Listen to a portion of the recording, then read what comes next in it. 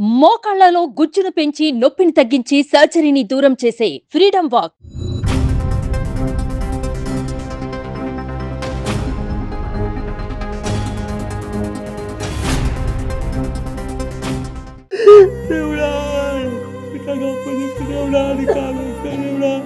జయంత్ ఎక్కడున్నా రాబెట్ట నువ్వు. మమ్మీ నీకోసం ఎదురు చూస్తుంది. జయంత్ రారా నువ్వు. ఈస్ట్ మారేడుపల్లి నుంచి ఇక్కడ తల్లిదండ్రులు మా బాబు కనిపించట్లేదు, నెల పై నుంచి మా బాబు ఇంట్లో నుంచి వెళ్ళిపోయాడు, డిప్రెషన్లో ఉన్నాడు, చాలా డిప్రెషన్లో నుంచి ఇంట్లో నుంచి వెళ్ళిపోయాడు అంటూ తల్లిదండ్రులు మా దగ్గరకు వచ్చి ఏడ్చుకుంటూ ఇంత దూరం సుమన్ టీవీ వరకు వచ్చారు. అసలు ఏం జరిగింది ఏంది అనేది ఇప్పుడు మనం పేరెంట్స్ అయితే ఇక్కడే ఉన్నారు, వాళ్ళని అడిగి మనం తెలుసుకుందాం. చెప్పండి, మీ పేరేం పేరండి? నా పేరు అశోక్ అండి. నా కొడుకు Jayanth Kumar BCom final year చదువుతున్నాడు. ఏమైందంటే అసలు ఏం జరిగింది అంటే ఎన్ని రోజుల నుంచి మీ బాబు కనిపించట్లేడు? ఏప్రిల్ 15వ తారీఖు నుంచి కనిపిస్తలేడు మేడం. ఏమైంది, ఏప్రిల్ 15వ తారీఖు ఇంటి నుంచి ట్యూషన్ కని బయలుదేరాడు. ట్యూషన్ టైమింగ్ 4, ట్యూషన్ టైమింగ్ 6 నుంచి 8. 8 గంటలకు ఇంటికి రావాల్సింది, 8 గంటలకు ఇంటికి రాలేదు. నేను మళ్ళీ ఫోన్ చేసి ఎక్కడ ఉన్నావు అని అడిగితే నేను వస్తాను, నా ఫ్రెండ్ ఏమన్నా ఉన్నానని చెప్పాడు. మళ్ళీ ఫోన్ చేస్తే ఫోన్ స్విచ్ ఆఫ్ వచ్చింది. 10 గంటలకు ఆయన 2 వీలర్ వెహికల్, ఆయన మొబైలు, ఆయన బ్యాగు అన్నీ తుకారాంకి రైల్వే స్టేషన్ పక్కన ఉన్న రైల్వే ట్రాక్ దగ్గర పెట్టేసి అక్కడ నుంచి రైలు ఎక్కి ఎక్కడికి వెళ్ళిపోయాడో ఇంతవరకు ఆయన జాడ తెలుస్తలేదు మేడం. మీ బాబు పేరు ఏం పేరండి? జయంత్ కుమార్. ఇప్పుడు అంటే ఇంటర్ అయిపోయిన తర్వాత డిగ్రీలోకి వెళ్ళింది అని చెప్పి డిగ్రీలో బీకామ్ హానర్ తీసుకున్నాడండి. ఏమైందంటే ఏమంటే డిగ్రీలోకి వెళ్ళాడు, అప్పటి నుంచి ఆయన డిప్రెషన్లోకి వెళ్ళిపోయాడు మేడం. ఆయన కాలేజీలో కూడా అందరూ మబ్బుగా అని ఇంకా సిలబస్ అని నిక్నేమ్ పెట్టి ఏడిపించేవారంట. అంటే ఎవరు ఏడిపించేవారు? తోటి స్టూడెంట్స్, ఫ్రెండ్స్, ఇంకా ఎవరో కానీ. మావాడు చాలా సెన్సిటివ్ అండి. అంటే ఎవరు ఏమన్నా కూడా వాళ్ళని అందరు చిన్నపిల్లలు కూడా రెస్పెక్ట్ ఇచ్చి మాట్లాడతాడు. చిన్నప్పటి కూడా చాలా సెన్సిటివ్ మనిషి. ఆ తర్వాత 2 సబ్జెక్టులు కూడా ఫెయిల్ అయ్యాడు ఆయన. ఆ ఫెయిల్ అవుట్లో కూడా కొద్దిగా ఇంకా డిప్రెషన్లోకి వెళ్ళిపోయాడు. మరి ఎప్పుడు అంటే ఇలా ఏడిపిస్తుంటే, స్నేహితులు ఏడిపిస్తుంటే కాలేజీలో మళ్ళీ ఎప్పుడు మరి ప్రిన్సిపాల్కి వెళ్ళి చెప్పలేదా మీ బాబు? లేదండి, ఎవరికి చెప్పుకునేవాడు కాడు. ఎప్పుడు వచ్చి వాళ్ళ అమ్మతో చెప్పేవాడంట. అది కూడా సగం సేపు చెప్పాడు మాకు. ఆ తర్వాత తెలిసింది ఇట్లా అని చెప్పేసి. అతను ఫోన్లో మేము వేరే వాళ్ళతో మాట్లాడుకుంటే మాకు తెలిసింది. అరే నన్ను వాడు ఇట్లా తిట్టినా అట్లా ఫోన్లో మాట్లాడుకుని వినేవాళ్ళం. ఏందని అడిగితే మళ్ళీ మాకు చెప్పేవాళ్ళు కాదు. మాకు వాడు వేరే వాళ్ళతో ఫోన్లో మాట్లాడుతుంటే విని మేము తెలుసుకునేవాళ్ళం. కానీ వాడి మనసులో వాడి మనసులో ఉండేది మేడం. ఎప్పుడు కూడా వాడు బయటకు చెప్పేది కాదు. లోపల కురిపేవాడు. మనుషులు ఉన్న చోట ఉండేవాడు కాదు. ఎప్పుడు ఒక్కడు ఒంటరితనంగా ఉండేవాడు. అంటే తనకి స్నేహితులు అలా ఎవరు లేరండి? లేరు మేడం. లిమిట్ లాంటి ఒక్కరు ఇద్దరు ఉండేవారు. ఎక్కువ మందితో కలిసి ఉండేవాడు కాదు. ఇంట్లో వాళ్ళతో ఎలా ఉండేవాడు? ఇంట్లో వాళ్ళతో సైలెంట్గా ఉండేవాడు మేడం. సైలెంట్గా ఉండేవాడు. టీవీ కూడా చూసేవాడు కాదు. ఎక్కువ బయట వాకింగ్ చేసేవాడు, లేకుంటే ఇంటి పైన కూర్చునేవాడు. అందరు 10 మంది ఒక చోట ఉంటే వీడు ఇంకో చోట ఉండేవాడు. అంటే మొత్తం ఇంట్లో ఎంతమంది ఉంటారు? మొత్తం మా మదరు, నేను, నా వైఫ్, నా 3 పిల్లలు మేడం. మొత్తం 6 మంది ఉంటాం మేడం మేము. కానీ వీడు అందరితో కలిసిపోయేవాడు కాదు. ఈ మధ్యలో ఇంక ఎక్కువైంది మేడం. ఈ బీకామ్ చేయనప్పటి నుంచి ఎక్కువ మటుకు డిప్రెషన్లోకి వెళ్ళిపోయాడు. 2 సబ్జెక్టులు ఫెయిల్ అయినందుకు మరి అక్కడ అంటే సబ్జెక్ట్లో ఫెయిల్ అయ్యాను అనేసి ఇంట్లో చెప్పారు. అంటే మీరు ఏమైనా తిట్టడం కానీ అలా చేసే వాళ్ళ ఇంట్లో? లేదు మేడం, మళ్ళీ మంచిగా చదువుకో అని చెప్పేసి మళ్ళీ మనకు మళ్ళీ నెక్స్ట్ ఫీజు కట్టి చేసినాం. కానీ ఆ సబ్జెక్ట్ టఫ్ ఉందని అన్నాడు. టఫ్ ఉందంటే నేను ట్యూషన్ పెట్టేసాడు. ఇలా వద్దు డాడీ నేను చదువుకుంటాను అన్నాడు. మళ్ళీ ఆ తర్వాత ఏమైంది మేడం, మాతో సరే అన్నాడు. మళ్ళీ వాళ్ళ అక్కతో కూడా టఫ్ ఉంది, నాకు అయితే లేదని చెప్పేసి అన్నాడంట మేడం. అంటే ఎలా చదివేవాడు మీ బాబు? ఎలా చదువు అంటే స్కూల్ నుంచి ఫస్ట్ నుంచి కానీ ఇప్పటి వరకు? మేడం ఆయన 10th టాపర్ అండి. 97% వచ్చింది. ఇంటర్లో? 10th ఇంటర్లో 85% వచ్చింది మేడం. మరి అంత బాగా చదివాడు, ఒక్కసారిగా డిగ్రీకి వచ్చేసరికి అసలు అలా డిప్రెషన్లోకి వెళ్ళిపోవడానికి రీజన్ ఏంటి? ఆయన ఫెయిల్ అయ్యి ఇంట్లో నేను టాపర్ సడన్గా ఫెయిల్ అయ్యే వరకల్లా తట్టుకోలేకపోయాడు మేడం. ఆయన తట్టుకోలేకపోయాడు. ఆ తర్వాత ఆ ఫ్రెండ్స్ అందరు మారిపోయారు, కొత్త వాళ్ళు వచ్చారు. ఇక కాలేజీలో అట్మాస్ఫియర్ ఎలా ఉందో తెలియదు. ఎవరు ఎలా బిహేవ్ చేసేవారు, ఏం చేసేవారు. వాడిని అక్కడ మాకు తెలిసిందంటే వాడిని మబ్బు అని చెప్పి నిక్నేమ్ పెట్టి పిలిచేవారు. అరే సిలబస్ అని నిక్నేమ్ పెట్టి పిలిచేవారని చెప్పారు. వాళ్ళందరూ ఫ్రెండ్స్ అందరూ కలిసి సినిమాలకు వెళ్దామని చెప్పి ప్లాన్ చేసుకొని వీడిని వదిలేసి వాళ్ళ వెళ్ళేవారంట. వీడు ఒక్కడు ఇంకా డిప్రెషన్ ఇంటికి వచ్చారు. మేడం మమ్మీ నన్ను అందరం కలిసి సినిమాకి వెళ్దామని చెప్పేసి అని వాళ్ళే వెళ్ళిపోయారు. ఇంట్లో కూడా అంటే మేము ఇంట్లో తక్కువ గొడవ చేయడం కూడా, ఏమైనా డబ్బులు కావాలని అడగడం కూడా, ఇలాంటివి ఏమైనా చేసేవారా? వాళ్ళ మమ్మీ ఇచ్చేది మేడం, వాళ్ళ మమ్మీ చూసుకునేది. ఎప్పుడన్నా అంటే ఆ డబ్బులు కూడా అడగడు మేడం. వాడు ఎప్పుడైనా కావాలంటే 100-50 తీసుకుంటాడు, కూసుకొని ఉంటాడు.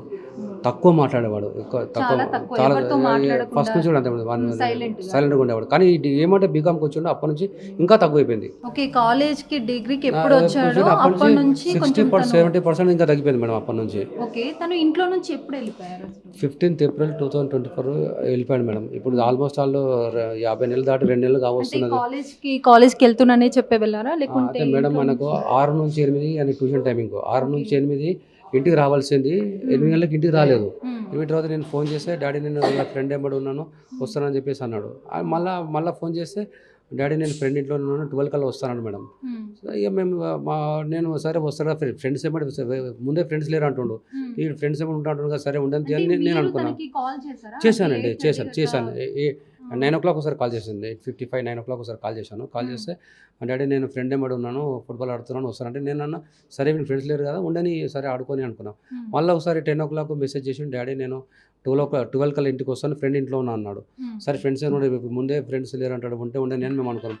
12కి కాల్ చేస్తే 12కి ఏం చేసిందంటే అంతవరకు రాలేదు. మా చిన్నోడు నేను పడుకున్నాను, మా చిన్నోడు డాడీ ఇంకా రాలేదంటే ఇమీడియట్గా నేను వాడు వెళ్ళేసి తుగారం గేట్ పీరియడ్స్లో కంప్లైంట్ ఇచ్చినాం మేడం. కంప్లైంట్ ఇస్తే వాళ్ళు ఏం చేశారంటే వాళ్ళ మొబైల్ ట్రేసింగ్లో చూసారు. వాళ్ళ మొబైల్ ట్రేస్ చేసి చూస్తే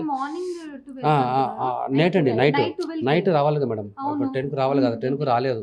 12కి వస్తాను, నైట్ 12కి వస్తాను. 12కి వస్తే రాలేదని మా చిన్నోడు ఫాలోఅప్ చేసి ఇంకా రాలేదంటే నేను పరిగెత్తుకు వెళ్ళి పోలీస్ స్టేషన్లో కంప్లైంట్ ఇచ్చాను. కంప్లైంట్ ఇస్తే వాళ్ళు ఏం చేశారు, ఆ మొబైల్ నెంబర్ మీద లొకేషన్ ట్రేక్ చేస్తే లొకేషన్ రైల్వే స్టేషన్ పక్కన ట్రాక్లో చూపిస్తుంది. ఇక మేము అక్కడికి వెళ్ళినాం. అక్కడికి వెళ్ళి వెతికింగ్ చేయంగా అప్పుడు అన్ని రైల్వే క్వార్టర్స్ మేడం అన్ని పాటుపడ్డాయి అనమాట. అవి అక్కడ దొరకలేదు. మళ్ళీ అర్లీ మార్నింగ్ మళ్ళీ వెళ్ళి చూస్తే వీని వెహికల్ అక్కడే ఉంది, వీని బ్యాగ్ అన్నీ అక్కడే ఉన్నాయి. ఇక అవి చూసి మళ్ళీ పోలీసు వాళ్ళు వచ్చి ఫోటోస్ తీసుకొని అక్కడ నుంచి మళ్ళీ ఆ కెమెరా ఫుటేజ్ అన్ని చెక్ చేసి వీడు నడుచుకుంటూ ఆ రైల్వే ట్రాక్ పైన ప్లాట్ఫారం పైన వెళ్ళి అక్కడ నిలబడ్డాడు మేడం. అప్పుడే ఒకటి లోకల్ ప్యాసింజర్ ఒకటి వచ్చింది కాచిగూడ. అది ప్యాసింజర్ వెళ్ళిపోయినా వీడు అక్కడ కనబడలేదు. ఇక అక్కడ అదే లాస్ట్ మేడం అని చూసింది. ఇక అప్పటి నుంచి ఇప్పటి వరకు నా కొడుకుని చూడలేదు మేడం. వాడు ఇప్పుడు ఎక్కడ ఉన్నాడో ఏం తింటున్నాడు. బాధపడకండి, ఖచ్చితంగా ఎక్కడో ఒక దగ్గర ఉంటారు. ఎందుకంటే డిప్రెషన్ లో ఉన్నారని అన్నారు కాబట్టి ఎక్కడికి వెళ్ళడు, తను మీ దగ్గర ఉంటారు. ఇంకొకటి ఏంటంటే మీరు ఇన్స్టాగ్రామ్ లో లాగిన్ అయ్యిండు మా మొబైల్ నుంచి తను అనేసి అన్నారు కదా మేడం. నా కొడుకు ఎప్పుడు అన్నం మంచిగా తింటాడు మేడం. వాడు 55 రోజుల నుంచి 60 రోజుల నుంచి వాడు ఎవరు అన్నం పెడుతుండే, ఏడ తింటాడు నా కొడుకు మీద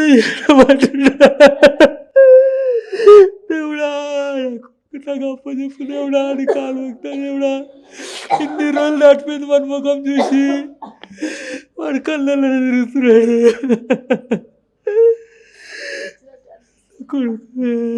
మీరు బాధపడకండి. ఇంకొకటి ఏంటంటే ఆయన ఇన్స్టాగ్రామ్ లో నుంచి లాగిన్ అయ్యిండు అనేసి అన్నారు మీరు. సో వేరే వాళ్ళ దగ్గర నుంచి మొబైల్ తీసుకొని లాగిన్ అయ్యిందని చెప్పారు. ఆ మొబైల్ మరి ఇంట్లో పెట్టేసి వెళ్ళారా మేడం?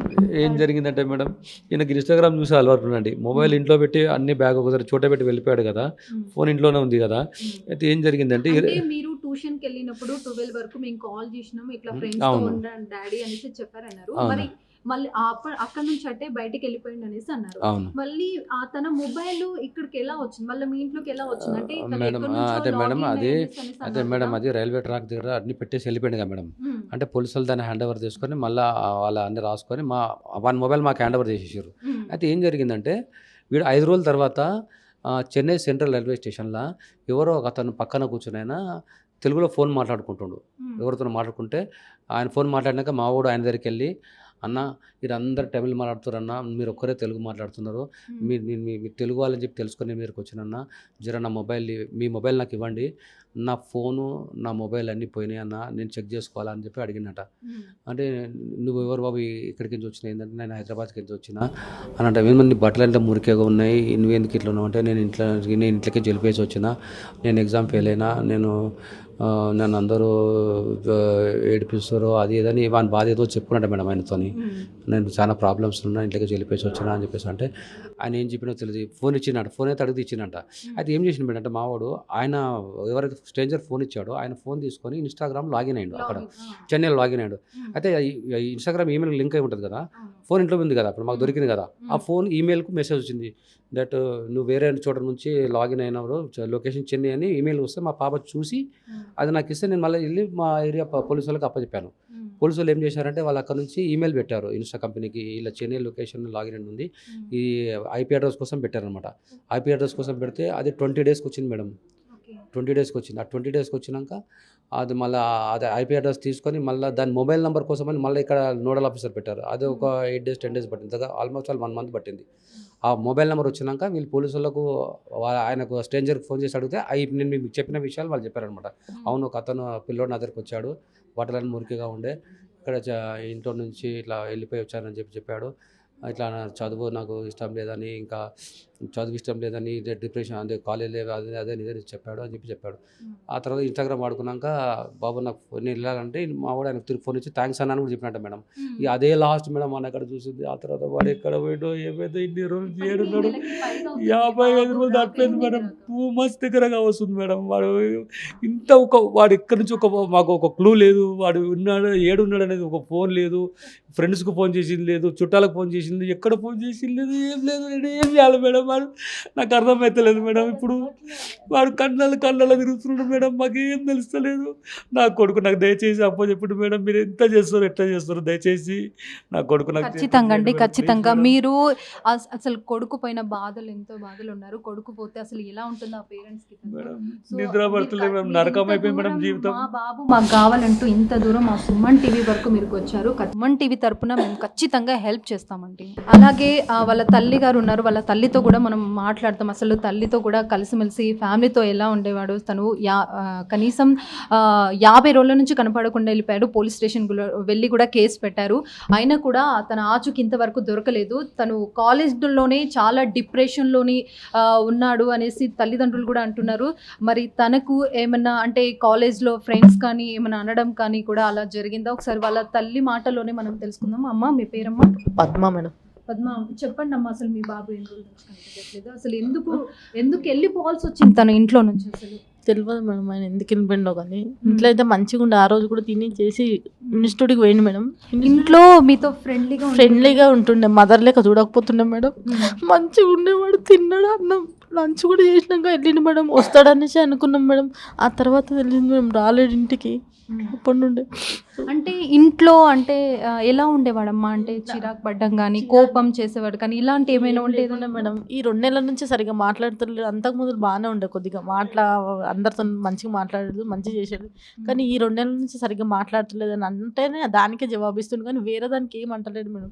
అంటే తాగడం కానీ ఇలాంటివి ఏమైనా, ఫ్రెండ్స్తో బయట తిరగడం కానీ ఇలాంటివి? ఎప్పుడన్నా లంచ్కి పోతాడు మేడం, లంచ్ చేసుకొని వస్తాడు అంతేగాని తాగడం, టీ కూడా తాగడం అలవాటు లేదు మేడం. బయటికి వెళ్ళిపోయేటప్పుడు మీకేమన్నా చెప్పాడా? అంటే మాట్లాడడం కానీ, ఇంకా లాస్ట్ రోజు ఏమైనా మాట్లాడడం కానీ అలాంటివి మేడం? రోజు రెగ్యులర్ ఎట్లా వచ్చిండు అట్లే వచ్చిండు, నాతో మాట్లాడిండు కూడా మేడం. మాట్లాడిండు, అన్నం పెట్టి మమ్మీ అంటే పెట్టిన, తిన్నాడు, బ్యాగ్ వేసుకుని ఇన్స్టిట్యూట్కి పోతాను మమ్మీ అన్నాడు. వస్తానన్నాడు. 8:30కి వచ్చేవాడు, రాలేడు. 9:30 అవుతుంది. వాళ్ళ డాడీని లేపి చెప్పిన ఇంకా రాలేడు జయంత్ అని అంటే ఫోన్ చేసిండు. పోలీస్ కంప్లైంట్ ఇచ్చారు? ఇచ్చినాం మేడం. పోలీసులు ఏం చెప్పాలి మేడం, దొరుకుతాడు, ఎక్కడ ఓడు దొరుకుతారని అంటున్నాడు. అమ్మా, మీరేమవుతారమ్మా? నాయనమ్మ. చెప్పండి అమ్మా, అసలు మీ బాబు మీతో ఏమైనా షేర్ చేసుకునేవాడు. ఏమంతా అది ఇదని ఏం చెప్పకపోడు. నాని ఇట్లా, నాని అట్లా, తాత హుషారు ఉండే, అది ఉండే, ఇది ఉండే, ఇది అది చెప్తాడు. అట్లా అంతనే ఇక నువ్వే హుషారు లేవు, నా తాత మంచి హుషారు ఉండే, ఇట్లా నాని అట్లా నాని అంటుండే.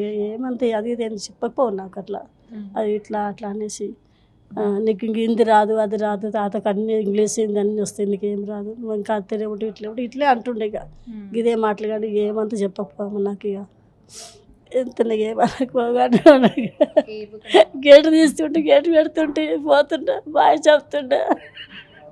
2 నెలలకోలే ఎంత కష్టం ఉండమో. తెల్లారితే పత్తికితే నాకు అందాను కదా, నా పిల్లగాడిని కొడుకు కదా, నాకు అందాను. ఊగా అట్లా ఆడుతున్నాను నేను. మొదలే రోగాలు ఉన్నదాన్ని మీ దయ అమ్మాయిగా.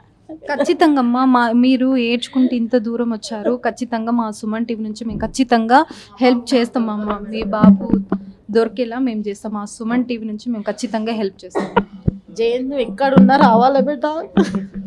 జయంత్ నువ్వు ఎక్కడున్నా కూడా మా ఇంటికి వచ్చే జయంత్ నీకోసం కళ్ళు గాయాలు కాచేలా ఎదురు చూస్తున్నాం బిడ్డ. ఏడున్నా వచ్చేరా, ఇక తట్టుకోలేము రా జయంత్, ప్లీజ్ రా బట్టి ఎక్కడున్నా వచ్చేరా, నువ్వు రారా ప్లీజ్ రా, నీకోసం ఎదురు చూస్తున్నాం బిడ్డ. ఇంకా మమ్మల్ని బాధ పెట్టకురా జయంత్, ఎక్కడున్నా నువ్వు వచ్చే బిడ్డ, నీకోసం కళ్ళు గాయాలు కాసేలా ఎదురు చూస్తున్నాం రా. మమ్మీ హాస్పిటల్లో కూడా పడ్డదిరా నీకోసం, బొంగ పెట్టుకొని వారం రోజులు హాస్పిటల్ అడ్మిట్, గ్లూకోజ్ అన్నీ ఎక్కినారా, చాలా బాధలు ఉన్నాం బిడ్డ. నీకోసం 2 నెలల నుంచి నీకోసం తిరగని చోటు లేదు, నీకోసం వెతకని ప్లేస్ లేదు జయంతు.